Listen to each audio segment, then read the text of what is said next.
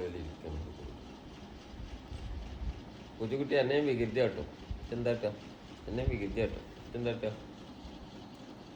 പൂച്ചക്കുട്ടി എന്നെ വികൃതി ആയിട്ടില്ല. പൂച്ചക്കുട്ടി ഇതെന്താ കാട്ടാത്ത?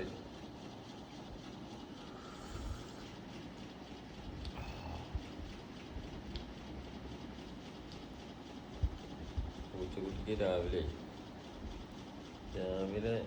പൂച്ചക്കുട്ടിയുടെ വികൃതി കാട്ടിയാവുന്നു. പൂച്ചക്കുട്ടി കുഴപ്പമില്ല. എന്നിട്ട് കാലോട്ടെ കച്ചോട്ടെ.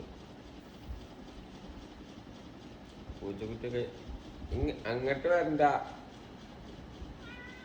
ഇവിടെ ഇരിക്കല്ലേ. പൂച്ചക്കുട്ടിൻ്റെ മേത്തോട്ടോ പൂച്ചക്കുട്ടി അത് നിന്നാ ഞാൻ അങ്ങോട്ട് വരാന്ന്.